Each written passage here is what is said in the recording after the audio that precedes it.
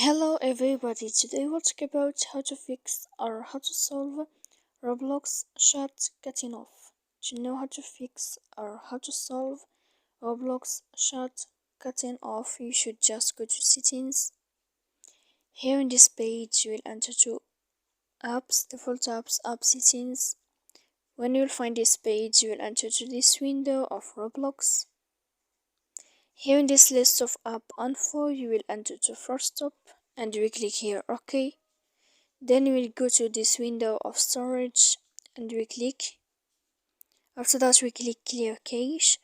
Don't forget, don't click here clear data because that can make a mistake or problems on your phone to fix your problem. So please don't forget to support us by like and subscribe.